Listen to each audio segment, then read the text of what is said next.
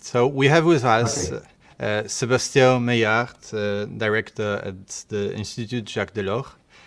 C'est un plaisir de vous avoir parmi nous. Hello, it's very good to see you. And today's quick chat is about EU's image during the pandemic. And the question is, how did the EU cope with the disinformation? So my first question would be that in Poland, at least, there were two opposing camps. Nothing new, by the way. One stating that the EU failed during the pandemic and that only national states can cope with a crisis of that magnitude. The other side of the political spectrum claimed that health is outside of the treaties of the EU and praised EU's economic response. I would like to ask you, what were the reactions in other member states? Well, I would say both camps have part of the truth there in a way. And I wouldn't answer comparing member states, but rather the answer is not throughout the EU, but in time. That is, I think the impression that the EU had failed was very true, acknowledged by almost everyone at the beginning, at the very early stage of the pandemic, when you remember that in the first half of March, we saw national reactions, the Commission was nowhere, and the national borders were being put back without any notification.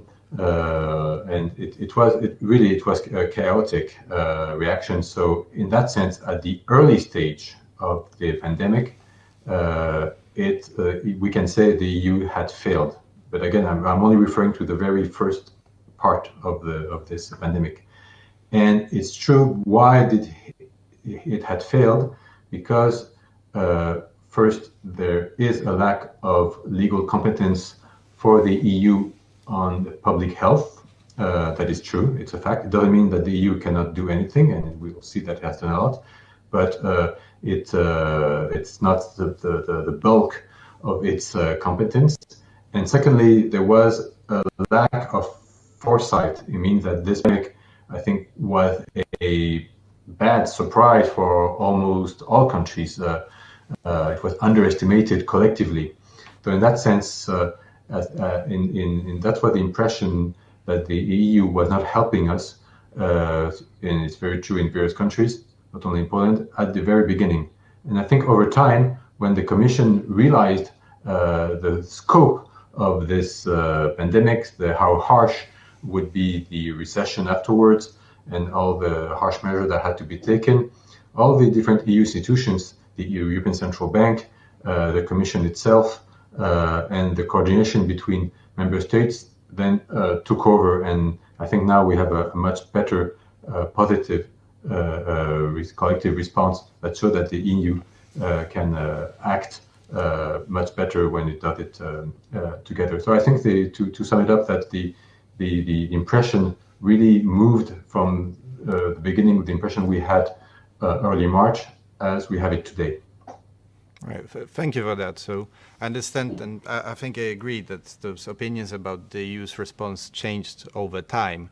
And my next question would be, do you think, we obviously lack data on this, but what is your impression? Will the support for the European integration change after the pandemic? Are we as Europeans happy about how the EU did its job? Or maybe the disinformation that occurred during the pandemic will have a lasting influence on our support towards the EU. I know this will be different from country to country, but if we say we Europeans, what would be your? No, this is an issue, and it's particularly true in Italy. You know that what I was describing at the beginning, that the impression of a chaos at the early stage of the pandemic Yes. was almost everywhere. But the problem is that even if you change things over time, the first impression had always a lasting effect. So it's and this is very true in Italy, in the countries that were the countries that were the first hit by the pandemic, namely Italy and Spain. they really, especially Italy, had a very bad impression of the EU, and I think it has unfortunately, I believe, strengthened the rejection of EU integration in Italy, because they had the feeling that they needed really the help of the EU in order to get medical equipment, to get masks, to get they were really asking for solidarity in facing the pandemic, and they did not have it at the very beginning. Even France and Germany, as you know, stopped some equipment to go there. And even at the very beginning, also the ECB, the European Central Bank, did not respond to it. And we also remember President of the Commission, von der Leyen, saying that Corona bonds were just a slogan. And then, for the first time in history, we saw a President of the Commission asking the Italian public opinion sorry, for forgiveness for this lack of reaction at the beginning. So I think in Italy, definitely, it will take time before a more positive image of the EU comes. And that is what is at stake today with the recovery fund. We know that in this recovery fund, Italy could get the lion's share. And if they get that amount of grants, we're talking about over 150 million euros. If they get that amount, if it's visible that this money, this grant comes from, it's labeled as European money, I think that can change a lot the way they perceive the EU at the moment. But it really it really damaged the public opinion in Italy, and roughly, generally speaking, it did not help European integration to be better accepted after this pandemic. I wanted to ask you about the European solidarity as well, and I think you mentioned both opposing cases, because on one hand, at the very early stage, some member states decided to close their borders for medical equipment. As you mentioned, France did it, Germany did it, Poland did it. So this would be a suggestion that European solidarity is dead. But then on the other hand, we have Merkel and Macron proposing a huge recovery fund, which is a huge step towards more integration. So how do you see it? I mean, will solidarity within the European Union be something important, or is it just a slogan?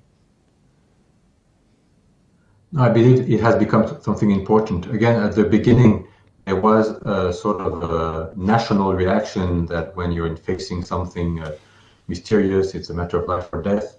There were many selfish nationalistic reactions just to do our thing on our own. And then we realized, for instance, that closing the borders did not help. It stopped trucks for coming in to provide the necessary food we need in the supermarkets, or it really did not help also to get the medical equipment in. So once these bad reactions were overcome, I think there is now much more better place for solidarity. And as you mentioned, what is new for in this crisis compared to previous one is that I think Germany shifted in a way that before it would have been perceived as the country and a big member state that did not understand the necessity to develop solidarity for the recovery of the other economies in the EU. And now this has made this shift, which has made possible this Franco-German impulsion and impetus, given that has then helped the European Commission to really put on the table a bold initiative.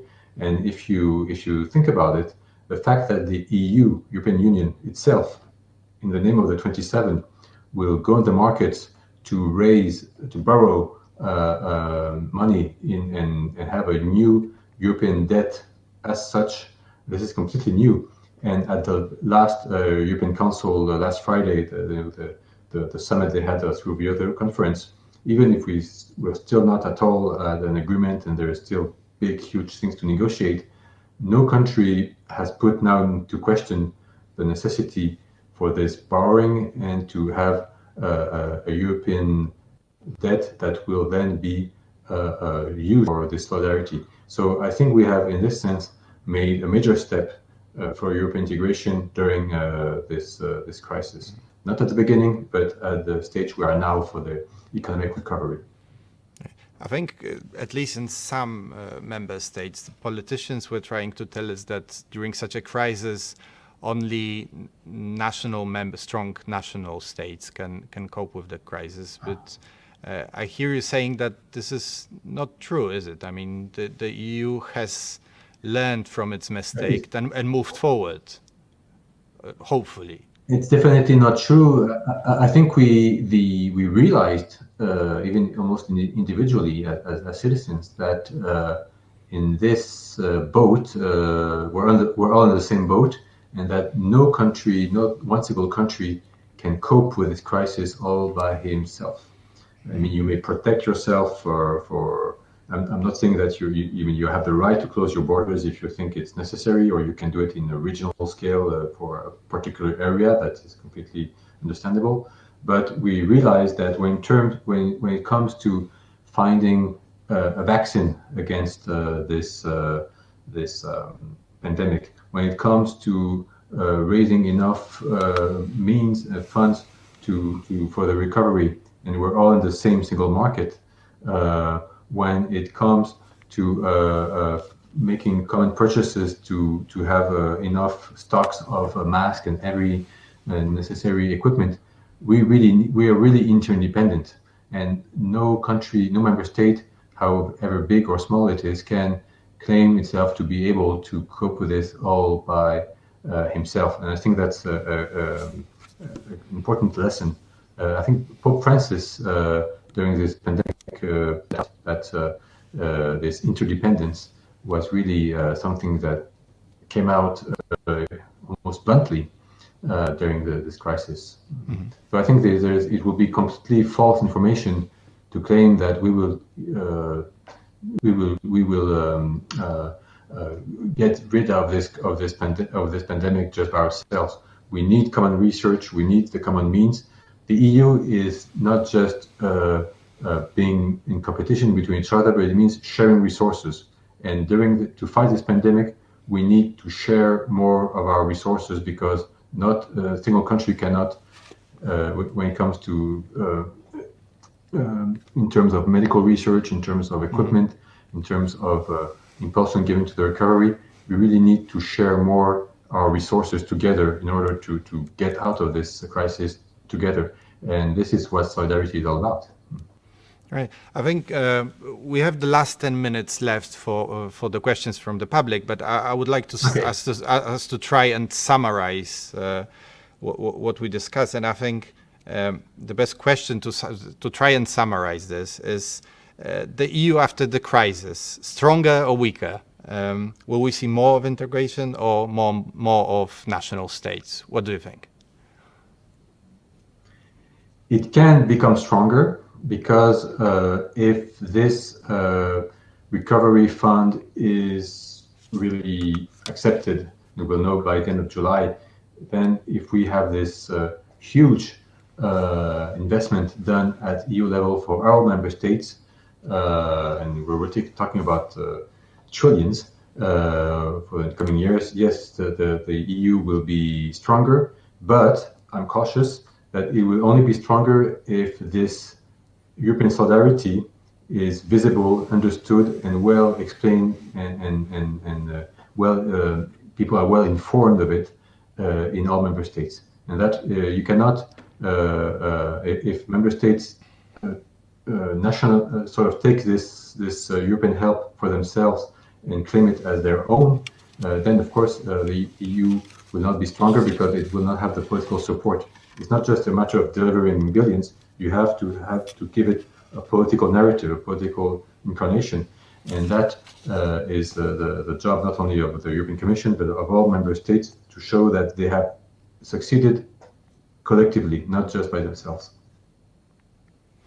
Yeah, and I honestly think that what the pandemic has taught us is that the European Commission needs to be a bit more active. And I saw throughout the pandemic, the Commission being more and more active, not only in coping with the pandemic per se, but also more active in informing the citizens of the EU what the European Commission is doing. And I think that's also important because it gives us trust in public institutions.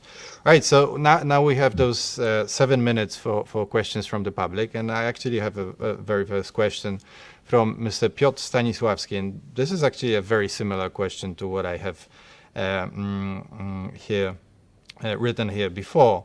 So during the pandemic, there was a large number of fake news trying to undermine scientific knowledge. And in the long run, this lack of trust in science can be very dangerous for obvious reasons. Do you think, and this is the question from Mr. Piotr Stanisławski, that EU should recommend introducing school classes on defense against this disinformation? I mean, how should we work with the young to cope with disinformation? Well, I will answer as a former journalist because over 17 years I've been covering EU affairs, and I know what the difficulty it is to get the right information. And I think it's right that we need the ability to inform oneself and the willingness to make the effort to inform, because the information cannot just get to you, you have to look for it. It requires some education. I mean, it's part of building a citizen. If you want to have a free, well-informed citizen that has his freedom of the way to inform itself, and it's a matter of the capacity to have a good diversity of information available with and he can check where it comes from and have a professional journalism. I think you need both. You need a proper education of the citizens so that they really to raise this curiosity of information and be rigorous and want to not just believe the first-hand information that is given, but also an education to the way you handle social media, because it has become a very powerful means, and where all sorts of disinformation and fake news can circulate. So the way you use it and not overuse it, and also there is a responsibility to train journalists properly. But I think there's room for a European initiative at this level, because we know that newspapers, social networks have no borders, and there's a common responsibility there. So and to support the freedom of information and the freedom of press is part of the European values. So I would certainly favor a European initiative in this that would go in this direction. Well, I think the European Commission is running a program on media literacy, so I only hope that after the pandemic it will be expanded. And this seemed very important here in Poland, because we, at least in the public media, we had a very one-sided view of EU's response to the coronavirus. And I also feel, and our report, our analysis shows this, that those were also political actors, internal political actors, fueling disinformation about the EU. And this is my next question from the public. It's anonymous, actually, but I encourage anonymous questions here as well. Do you think that the European Commission will be more eager, more courageous in responding to fake news spread by national governments? I mean, we actually saw during the pandemic government officials stating things that were simply not true. And historically speaking, the European Commission was very reluctant to discuss such things openly for obvious reasons. And do you think this will change? I mean, at least here in Poland, some people expect this to change. I'm not so sure. I know the Commission, as you say, is always very cautious when it comes to criticizing a member state because it's part of the EU. But on the other side, I'm sure that, and I see that it will be, it will react more strongly and perhaps use greater means when it comes to disinformation coming from the outside of the EU. We saw it, with China, and it was the European Commission expressed it directly to China in the last EU-China summit this past few days. And when we saw it during this beginning of the pandemic, that when China helped Italy, China made it an issue of propaganda. On the contrary, when the EU sent in January help to China and sent also material, it didn't use it as any communication because it was a request of China not to speak about it. So they saw that I think the European Commission had the feeling that it had been a bit fooled by China on this. And so now I think they will be much more cautious and want to defend what the EU has done when the disinformation comes from our big neighbors, namely Russia or from China or others. But when it's inside the EU, it's always very touchy. Yes, it is. Thank you, Sébastien. It was a pleasure. Our time is now done, and it was a pleasure to discuss those issues with you, and have a good evening.